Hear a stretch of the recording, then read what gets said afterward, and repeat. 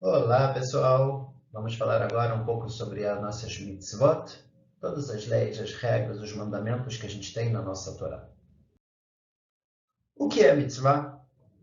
Mitzvah vem da palavra tzav, em hebraico, que significa ordem. São ordens e mandamentos que recebemos no Monte Sinai diretamente de Deus. Não são opcionais e nem simplesmente boas ações, como muitas pessoas pensam. Na verdade, quando Deus no Monte Sinai ordenou para a gente que a gente tem que colocar o tefilim, que a gente deve colocar mezuzá, comer kasher, respeitar o Shabat, todos os mandamentos são ordens e que a gente deve fazer. E se eu fiz, eu tive uma conexão muito forte com Deus, eu fiz uma grande mitzvah. Mas se eu deixei de fazer e desobedecer uma ordem direta de Deus, nesse caso eu teria uma transgressão. Eu teria que pedir desculpas para Deus, reconhecer meu erro, me comprometer a melhorar. Mas não é simplesmente um ato opcional. É claro que existem exceções. Tem situações que a gente entende que não é uma obrigação e que eu tenho que fazer. Mas, se eu fizer, eu tenho também uma mitzvah. Por exemplo, eu já dei 10% do que eu ganho de tzedakah para ajudar as pessoas necessitadas. Se eu quiser dar um pouco a mais, eu fiz uma mitzvah. Mas não era uma mitzvah obrigatória. Assim também, em muitos e muitos casos na Torá, existem situações que são mitzvot opcionais. Se eu fiz uma mitzvah, mas se eu deixei de fazer, eu não fiz nenhuma transgressão. Mas, de forma geral, mitzvah é uma ordem e obrigação que a gente deve seguir. Tipos de mitzvot. Existem mitzvot entre o homem e Deus e mitzvot entre o homem e seu semelhante. Isso é muito importante, principalmente na sociedade onde a gente vive, que é muito influenciada também pelos valores do cristianismo. O cristianismo ele pegou simplesmente todas as mitzvot entre o homem e Deus do Velho Testamento da nossa Torá e colocou de lado. A gente vê que eles não seguem os mandamentos como, por exemplo, o kasher, o shabat, mezuzá, tefilim, todas as mitzvot que têm relacionadas com Deus, que aparecem na Torá, dentro do cristianismo eles não seguem. Mas dentro do judaísmo a gente sim tem essa obrigação. Essa obrigação de mitzvot de se conectar com Deus cada vez mais, através dos mandamentos que Ele deu para a gente. E por isso, quando a gente recebeu a Torá, a gente recebeu duas tábuas. Primeiras tábuas, mandamentos entre o homem e Deus.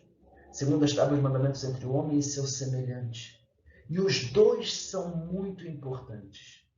Da mesma forma que a gente não consegue visualizar a possibilidade de uma pessoa ser uma pessoa religiosa, cumprir Shabbat, comer kasher, se vestir como religioso e agir de forma indevida com o próximo, assim também não é correto quando a pessoa age da forma correta com o próximo, mas esquece e ignora todos os mandamentos que Deus ordenou relacionados com ele. Divisão das mitzvot, a gente tem basicamente três: Chukim, Edut e Mishpatim. O que seria cada uma delas? Chukim são mandamentos que a gente não entende o motivo. Edut vem da palavra ed, testemunho. São mitzvot que a gente faz que testemunham sobre eventos históricos que aconteceram no passado. E Mishpatim são leis que a gente entende a lógica deles e a gente vive isso de uma forma com muito mais sentido. Exemplos de Mishpatim que a gente entende o motivo: tzedakah, ajudar os pobres, bondades, fazer o bem, lashon hará, a proibição de falar mal das pessoas, respeito aos pais, não ter ódio no coração, amar ao próximo, não causar sofrimento para os animais, não matar, não roubar, relações proibidas. Tudo isso são mandamentos que a gente entende o motivo. É claro que tem muito mais, trouxe aqui somente alguns exemplos. Edut, que seriam mandamentos de testemunho. A gente tem, por exemplo, o Shabat, que a gente testemunha que Deus criou o mundo em 6 dias, no sétimo ele parou a criação. Pesach, testemunha da saída do Egito, todos os milagres, as 10 pragas. Shavuot, a gente também está testemunhando que a gente chegou no Monte Sinai, escutamos a voz de Deus. Sukkot, lembrando as nuvens que cercavam o nosso povo no deserto. Lembrando que a gente morava também em tendas, moradias provisórias no deserto. Rosh Hashanah, aniversário de criação do homem, do mundo. Yom Kippur, o dia do perdão, o dia que a gente foi perdoado também pelo pecado do bezerro de ouro que Deus, Moshe trouxe as segundas tábuas. Tudo isso são mitzvot relacionadas com o testemunho. Hukim são mitzvot que talvez a gente não entende tão bem o motivo. Por exemplo, o kasher. Por que eu tenho que comer kasher? Por que eu não posso misturar a carne com leite? Por que a carne tem que ser feita o abate dessa forma? Qual o problema de eu comer o nervo ciático? São coisas que a gente não entende muito bem. O tefilim. Por que eu tenho que colocar o tefilim dessa forma, e preto, e amarrando no braço e na cabeça e tal? Qual que é o motivo? Tzitzit. Por que o tzitzit é dessa forma? Peiot. Eu tenho que deixar a lateral do nosso cabelo aqui para os homens. A gente não pode raspar esse cabelo. Ou até mesmo a barba, a gente não pode passar a gilete. Lã com linho. Eu não posso usar uma roupa que tenha lã com linho. As 4 espécies que a gente pega em Sukkot. Por quê? E assim por diante, é claro que a gente consegue aproximar um pouco essas mitzvot da nossa realidade, mas o motivo verdadeiro está longe da nossa compreensão. E aí? Vamos fazer as mitzvot, então, de uma forma cega? Sem entender? Sem saber o que eu estou fazendo? Simplesmente porque está escrito? Será que o judaísmo seria uma fé cega? Devemos fazer mesmo sem entender, de forma cega? A fé cega estaria associada à base e não a todos os mandamentos. Vamos explicar isso bem? A partir do momento em que a base está comprovada, automaticamente o que sai da base também não é mais considerado uma fé cega. Se a gente fala que a gente saiu do Egito, chegamos no Monte Sinai, escutamos a voz de Deus, o povo inteiro, cerca de 3 milhões de pessoas escutaram, e Deus ordenou alguma coisa para a gente. Isso já não é mais uma fé cega.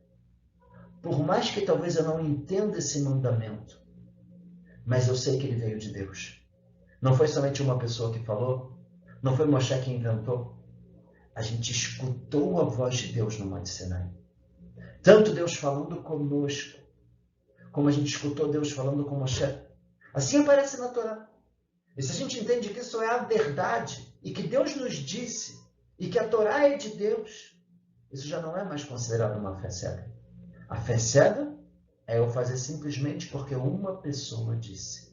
E eu não entendo, e eu não tenho nenhuma comprovação, e quem disse que isso realmente é verdade, isso sim seria considerado como uma fé cega. E as mitzvot dos nossos sábios? O primeiro tipo de mitzvah dos nossos sábios seriam cercas. Cercas para impedir a gente de chegar a transgredir algum mandamento da Torá. Por exemplo, muktzeh. O que é muktzeh? Existe a proibição, por exemplo, no Shabat, da gente escrever. Vêm os nossos sábios e falam, olha só, se é proibido escrever, tem algum motivo da gente segurar uma caneta nas nossas mãos? O único objetivo da caneta é escrever. Então vamos colocar uma proibição da pessoa mexer numa caneta para ele não chegar a escrever. Essa seria uma cerca dos nossos sábios para proteger o mandamento da Torá. Isso poderia acontecer bastante. Esse é o primeiro tipo de mandamento dos nossos sábios. Segundo, seria uma espécie de concertos. Exemplo, não pode casar com mais de uma mulher.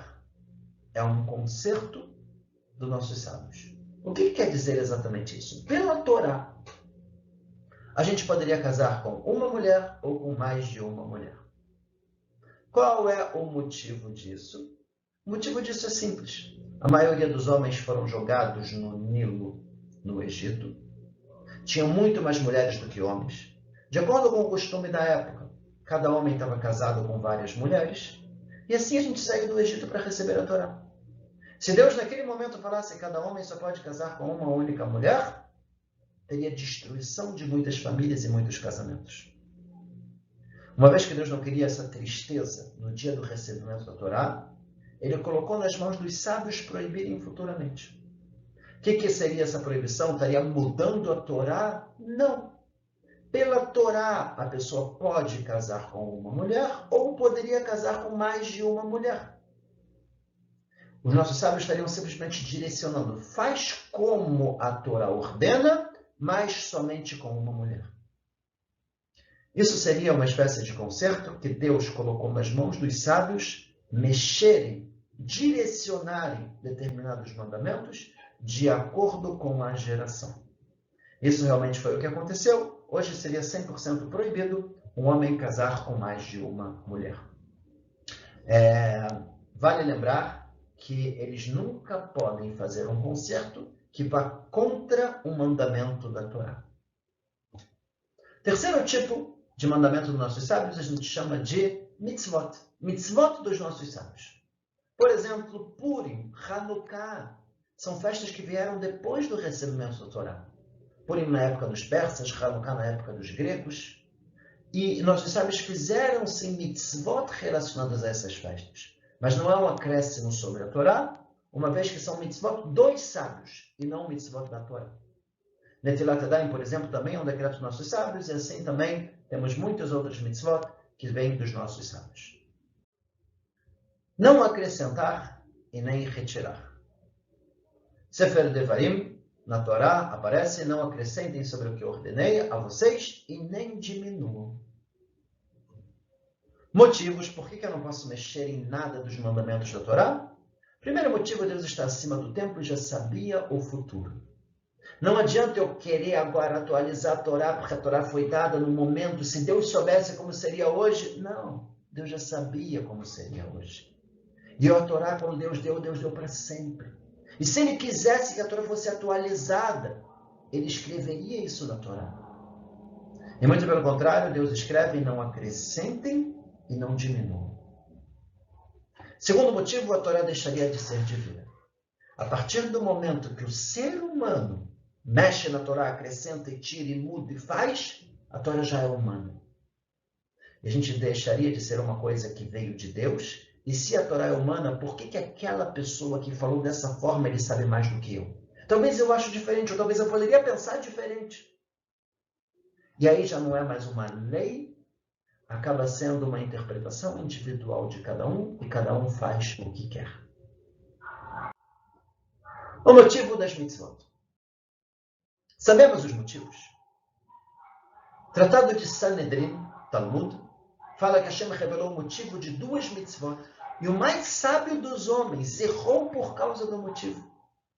Shlomo HaMelech, o rei Salomão, ele viu, tinham 2 mandamentos muito importantes para um rei. O rei não poderia ter muitas mulheres para não desviarem o coração dele. E um rei não poderia ter muitos cavalos para que o povo não volte a morar no Egito. Shlomo HaMelech, com toda a sabedoria dele, falou: esse é o motivo? Se esse é o motivo, isso não vai acontecer comigo. E ele foi, teve muitas mulheres, e no final está escrito que as mulheres acabaram construindo casas de idolatria dentro de Jerusalém. Mulheres que ele trouxe de outros países, que ele converteu elas, mas acabaram desviando o coração dele. E assim também em relação aos cavalos, ele acabou mandando pessoas para trazer os melhores cavalos do Egito, pessoas que acabaram morando no Egito, transgredindo a proibição da Torá. Por esse motivo aparece no Talmud que Deus não quis revelar o motivo das mitzvot. E aí o que acontece? Infelizmente, já que não está revelado o motivo das mitzvot na Torá, às vezes inventamos motivo para que através deles a gente possa se livrar das mitzvot. Por exemplo, proibido comer porco. Por quê? Não está escrito. Deve ser porque o porco é um animal sujo, pode trazer doenças, e naquela época não tinha um controle sanitário tão forte relacionado com a alimentação, mas hoje em dia é diferente, hoje em dia talvez pode. Ou seja, o que aconteceu aqui? Inventei um motivo para que através do motivo eu possa fugir da mitzvah. E o que a Torá fala? A Torá fala muito simples. Não pode comer porco porque é um animal impuro, impureza espiritual. Mas a gente começa a inventar motivo para tentar fugir da mitzvah. Assim também tem uma lenda que falam que por que o judeu é filho de mãe judia? Porque em algum momento da história começou a ter estupros, já não sabia mais quem era o homem e quem era o pai da criança, e aí mudaram para ser de acordo com a mãe. Mentira Isso não está escrito em lugar nenhum. Desde o início do recebimento da Torá, judeu é filho de mais judio. Da onde surgiu isso? É uma ideia muito simples. Se eu disser que o motivo é estupro é porque não dá para saber quem é o pai, hoje em dia a gente tem teste de DNA, eu tenho certeza que ele é o pai, então agora pode? Novamente, é inventar um motivo para tentar fugir da mitzvah. Isso é um problema bastante sério que a gente tem. Para quem as mitzvot? Deus não vai ficar mais forte se fizermos alguma mitzvah. Ele não precisa das nossas mitzvot. Hashem conhece a natureza humana. Ele sabe as nossas dificuldades. Ele sabe o que é o melhor para nós. Através das mitzvot, a gente vai se transformar em pessoas melhores, seres mais elevados, se preocupar com o bem. E esse, na verdade, seria o objetivo das mitzvot, não é para Deus, e sim para nós mesmos. Meio ou objetivo? O objetivo de Deus é dar o melhor para nós. O máximo de prazer, de bondade. Esse é todo o objetivo da criação. A forma de dar é através do nosso esforço em relação às mitzvot. O objetivo é para o bem de nós mesmos, para que tenhamos uma vida feliz e com um sentido nesse mundo. Também estamos dando a possibilidade de Deus nos recompensar futuramente. Vamos começar agora a entender exatamente o que quer dizer isso de um sentido no mundo, uma felicidade a mais. Por que as mitzvot trariam isso para a gente? Número 1, crescimento pessoal. Moral, ética e comportamento. O Rav Kook, ele fala que todas as mitzvot da Torá estão associadas à moral e ética. A ideia aqui é muito bonita.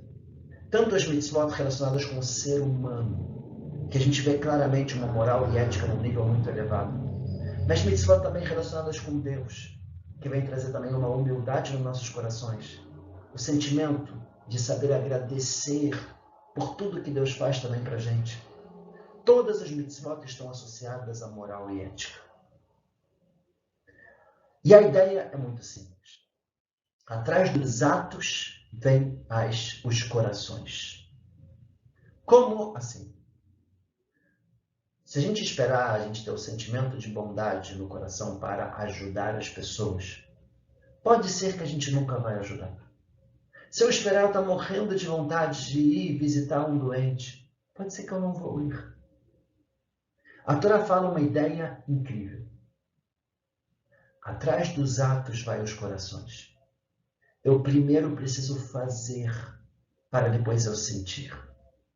E é por isso que a gente não tem mandamentos na Torá que fala para ter um bom coração, para não ter raiva, para ter humildade. Porque não é um botão que a gente aperta. A gente precisa, sim, ter muitas mitzvot de atitude para transformar os nossos corações em um coração melhor. Eu gosto de trazer um exemplo aqui, daquele famoso filme A Lista de Schindler. A gente vê como Schindler ele era uma pessoa ruim no início, se apossando de uma fábrica de judeus, usando mão de obra escrava para ganhar mais e mais dinheiro, pensando somente no dinheiro. E se tem alguma pessoa que tem alguma deficiência, ele não serve para o trabalho. Mas depois de tanto ele ajudar e fazer o bem e salvar vidas, quando chega no final da vida dele, o material já não é mais importante. Ele olha e fala, esse meu anel podia salvar uma vida, esse carro podia salvar algumas vidas. E ele começa a chorar. Quanto mais bondade a gente faz, mais o nosso coração fica bom. E o contrário também é verdade. Quanto mais maldade a gente faz, mais a gente perde o coração. A gente perde a sensibilidade. Os nazistas inicialmente mataram um judeu, era uma coisa muito difícil. Mas depois de tanto eles fazerem, virou brincadeira. E a gente precisa trabalhar os nossos corações. De acordo com a Torá, a melhor forma de trabalhar os nossos corações é quando a gente aprende a dar, a fazer as mitzvot, a agir. E quanto mais a gente age e faz o bem, mais o nosso coração fica bom. Segundo motivo das mitzvot, elevar a nossa vida material. Por que tantas mitzvot? A gente tem 613 mitzvot na Torá. Não é muita coisa. E dentro da gente, a gente tem a nossa alma animal e a nossa alma divina. A alma animal seria a nossa vontade de receber e tudo para mim, e o instinto e os desejos materiais. A alma divina seria a vontade de dar, de fazer o bem. Eu quero ajudar as pessoas, eu quero fazer as mitzvot. Mas tudo no mundo nos encaminha para o material. A gente já nasce tendo todas as necessidades materiais, de comer, de beber, trabalhar para conseguir o sustento. Toda a vida desse mundo é material. Teria aqui um certo desequilíbrio. Onde está esse equilíbrio? Como a gente pode lutar e vencer com a nossa alma divina? Vem o Ramchal, Rav Moshe Chaim Luzzatto, grande cabalista, e ele fala que o objetivo nosso nesse mundo é espiritualizar o material. Conectar a Hashem em tudo nas nossas vidas materiais. E por isso que eu tenho tantas mitzvot. O objetivo de Deus é que toda a minha vida material vire espiritual. Olha que incrível. E vamos ver agora como isso funciona. Exemplos de conectar o espiritual ao material. Dinheiro. Como é que eu vou elevar o meu dinheiro e transformar meu dinheiro numa mitzvah? Tzedakah. Eu vou dar 10% do que eu ganho para ajudar as pessoas necessitadas. Comida. Como é que eu posso elevar a comida? Transformar numa mitzvah. Eu vou comer kasher e eu vou fazer a brachá. A reza anterior, agradecendo a Deus pela comida que Ele me deu. Como é que eu posso elevar a minha casa? Eu vou colocar mezuzá em todos os cômodos. Trazer a presença divina para a minha casa. Como é que eu posso elevar o meu corpo? Também está associado ao Brit Milá, a circuncisão. Como é que eu posso elevar o meu trabalho? Através do Shabat. Eu não vou trabalhar no Shabat. Eu vou trabalhar de forma correta, honesta, verdadeira. Eu não vou ultrapassar, enganar ninguém. Como é que eu posso elevar a minha roupa? Através da tzniut, uma vez se vestir com um certo recato. O tzitzit, a kippah. E tem várias mitzvot ligadas com o nosso vestimento. Como é que eu posso elevar o meu relacionamento?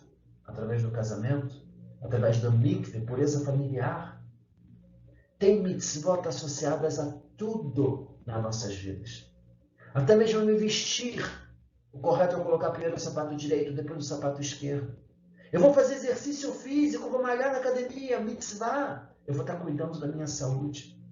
Eu vou estar comendo também comida saudável. Eu também estaria fazendo uma mitzvah. Eu vou dormir, mitzvah, para que eu possa ter força para poder agir e fazer o bem no dia seguinte. Cortar as unhas e cortar o cabelo, mitzvah. Eu vou cortar na sexta-feira antes do Shabat, em honra ao Shabat. A gente pode ter uma vida totalmente material, mas que na verdade ela é totalmente espiritual, se a gente conseguir conectar o espiritual, as mitzvot que Hashem ordenou, ao material, a nossa vida material. Esse, na verdade, é o objetivo. Deus não está proibindo nada. Ele só está direcionando para que a gente possa viver o material de forma espiritual. E o que a gente ganha com isso? A felicidade. Por quê? Todos os problemas do nosso mundo acabam vindo do material. É a ganância, é a inveja, é o desejo de ganhar mais, prejudicando os outros, explorando os outros. É muito difícil quando a gente vive um mundo pensando o tempo todo no material. E aí daí começa a vir também as traições, e começa a vir o lashon hará, e eu quero prejudicar o outro para mostrar que eu sou melhor, e vou falar mal da pessoa. Um mundo muito difícil. E na verdade, seria como uma vela. O que seria a vela? A vela é o símbolo da mistura do espiritual com o material. A chama seria o espiritual, a vela seria o material. Se eu pego a vela e eu dou para alguém, eu perdi. Não é mais minha. E se eu quiser, eu vou ter inveja, eu vou tentar comprar, eu vou cobiçar, eu posso chegar a roubar. Eu perdi. A chama seria o espiritual. Se eu acendo a vela de alguém, eu não perdi nada, mas aquela pessoa ganhou. Isso seria o espiritual, né? Se a gente vai falar em outras palavras, quando eu dou um sorriso para alguém, eu não perdi nada, e a pessoa ganhou. Se eu ensino Torá, eu não perdi nada, mas a pessoa também está crescendo espiritualmente. Quando eu dou palavras bonitas para alguém, eu também não perdi, mas a pessoa ganhou. Já no material, o que a gente dá, a gente perde. Essa é a ideia da Torá, da gente aprender a dar. E isso causa para a gente um sentido na vida. Vamos explicar isso melhor. Quando eu estou conectando o espiritual no material, quando eu estou acendendo a vela, eu estou fazendo com que o meu material seja igual ao espiritual. Eu vou pegar o meu dinheiro e vou sempre ajudar as pessoas necessitadas, emprestar sem juros. Dar 10% para ajudar as pessoas que precisam. O meu material virou espiritual. Eu não tenho mais chance de eu começar a pensar através do meu dinheiro de eu roubar. Muito pelo contrário. Na minha cabeça está o tempo todo eu ajudar e fazer o bem, e eu ajudo com 10% do meu salário, que não é pouco. Por mais que o salário seja pouco, 10% acaba sempre sendo um valor razoável. O que acontece? Se eu pego o dinheiro e eu dou, se eu tenho uma vida muito material e eu penso como a vela, eu perdi. E o meu sentimento vai ser um sentimento ruim. Eu queria ter esse dinheiro, eu não queria ter nada. Mas quando a gente consegue acender a chama na vela e a gente vive uma vida espiritual, eu começo a perceber que, na verdade, o que eu dei, eu não perdi, eu ganhei. Eu ganhei uma mitzvah muito grande, eu estou muito feliz que eu pude ajudar aquela pessoa. Isso traz para a gente um sentido na vida. Isso traz para a gente faz com que a gente aprenda a dar com um sentimento positivo no coração. E quando a pessoa liga as mitzvot da Torá em toda a vida material, ela se livra dos problemas desse mundo. Ela nunca vai querer prejudicar ninguém. Ela nunca vai querer falar mal de ninguém. Ela sempre está acostumada a ajudar, tanto com o dinheiro, quanto com as palavras, com as ações, com as atitudes. A pessoa começa a viver uma vida mais espiritual, ligada ao plano material. E nesse momento ele se enche de alegria e felicidade. Ele entende que ele não está perdendo. Ele está vivendo no mundo, e o que ele está dando, na verdade, ele está dando com alegria e felicidade. Aqui vale a gente falar também que o maior prazer e a maior alegria que a gente tem não é quando a gente recebe, e sim quando a gente dá. Vamos agora para a liberdade. Parece no Pirkei Avot, não há livre a não ser a pessoa que se ocupa com a Torá. Como pode ser? A princípio, a pessoa que estuda a Torá, ela se encontra com um monte de leis, regras, mitzvot, mandamentos e tal. Como é que isso vai trazer uma liberdade para a pessoa? E, na verdade, a resposta é: e depende de quem nós somos. Quando a pessoa ela é as vontades materiais, os desejos do coração, essa pessoa nunca é livre. Porque nunca o ser humano pode agir como um animal e fazer somente as vontades do coração. E matar, e roubar, e estuprar, e ter relações, e um monte de coisas, de vontades erradas que tem no coração do ser humano. A gente precisa controlar nossas vontades erradas. E o que controla nossas vontades erradas seria o nosso racional. Então, quem seria a pessoa livre? Se a gente é o nosso racional, então quando que a pessoa é livre? Quando ela consegue agir de acordo com o racional dela, vencendo os desejos errados. Ok, legal. Então agora estamos num novo nível de liberdade. A liberdade da pessoa agir de acordo com o que ela entende que é o correto, vencendo as vontades erradas do coração. Muito bom. A Torá, ela dá um passo a mais para a gente.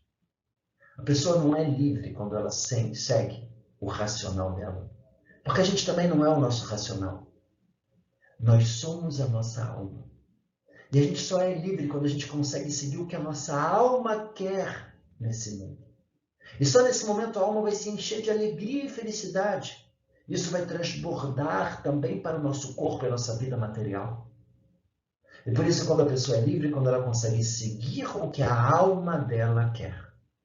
E o que a alma dela quer? A gente precisa estudar a Torá para poder chegar nisso. Quinto, Olam Haba, o mundo vindouro. Porque a Avot fala que a recompensa de uma mitzvah é a própria mitzvah. Quando a gente faz uma mitzvah, aqui nesse plano material, na verdade, a gente está gerando uma espiritualidade gigantesca também no plano espiritual. E aquilo fica guardado para a gente.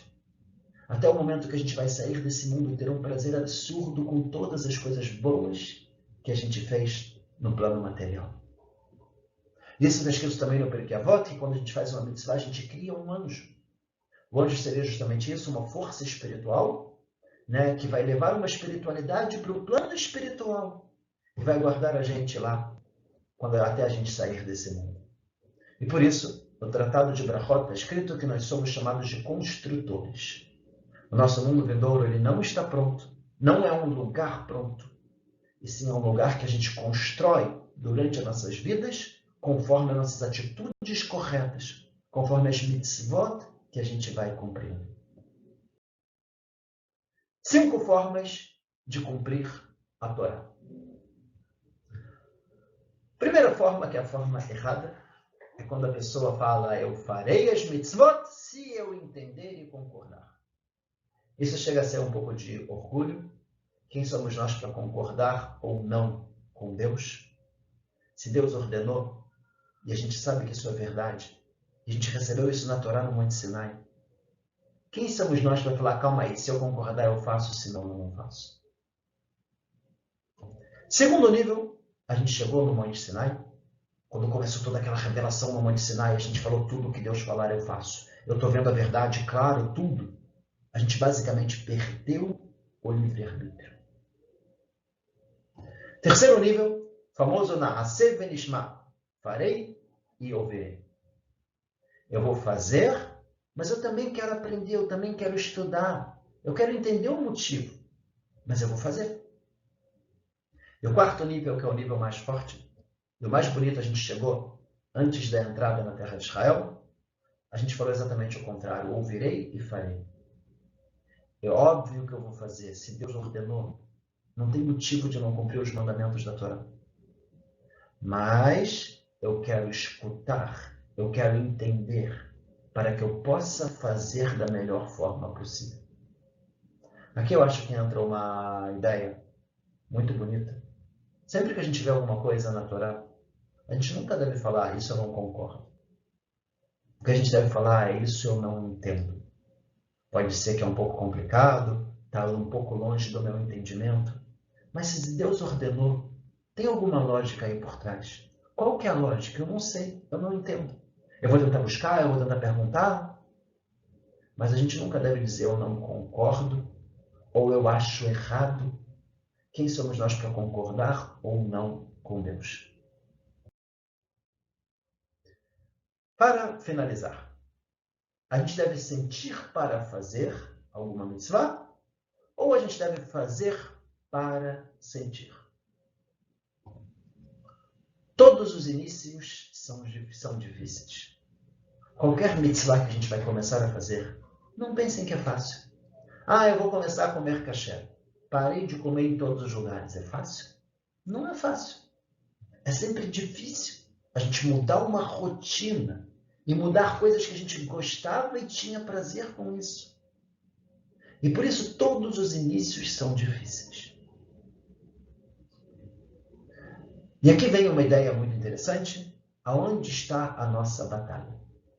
Da nossa vida, a gente tem mitzvot que a gente já faz. E a gente faz com alegria. E a gente não tem a menor dificuldade. Isso para a gente é natural e a gente nem pensa em deixar de fazer. Talvez seja o Brit Milá, talvez seja comer matzah em Pesach, escutar o shofar, jejuar em Yom Kippur, coisas que a gente já venceu e a gente já faz e não tem dificuldade com isso. Mas do outro lado existe mandamentos que a gente nem pensa em começar a fazer, que talvez está muito longe ainda da nossa realidade. Mas no meio do caminho existe um conflito. Mitzvot que às vezes a gente faz, às vezes a gente não faz, e às vezes eu tenho vontade de fazer, e às vezes eu não tenho vontade de fazer. E a gente às vezes cai e às vezes se levanta. Essa seria a nossa batalha. Na verdade, como é que funciona nas nossas vidas? Quando eu venci uma batalha, eu já não tenho mais a menor vontade de fazer o erro. Eu estou feliz e muito feliz que eu estou fazendo o correto. E nesse momento é o momento de dar um passo a mais e começar a lutar um pouco mais para vencer mais algum desafio das nossas vidas. Eu lembro até mesmo comigo, quando eu comecei a comer kasher. Talvez era um pouco difícil, talvez eu tinha que deixar de comer em alguns lugares e talvez eu sentia um pouco a falta. Mas chega hoje em dia, quando eu já venci esse desafio, eu não tenho a menor vontade de comer uma coisa que não seja kasher. Eu nem conseguiria. E eu estou muito feliz de comer o kasher e de fazer o correto. Isso não faz falta para mim. Assim é na vida de cada um de nós, se a gente parar para pensar, a nossa vida tem que estar sempre numa crescente. O objetivo é a gente sempre estar melhorando a nossa batalha. E pode ser que para alguns o desafio é se eu vou acender a vela de Shabbat no horário ou não. Mas vai chegar uma hora que a gente vai vencer e isso já não vai ser mais um desafio para a gente. Pode ser que o desafio é se eu vou colocar o tefilim ou não. Mas vai chegar um momento que a gente vai vencer essa batalha e já não vai ser mais um desafio, isso é natural, normal. E assim a gente vai crescendo na vida.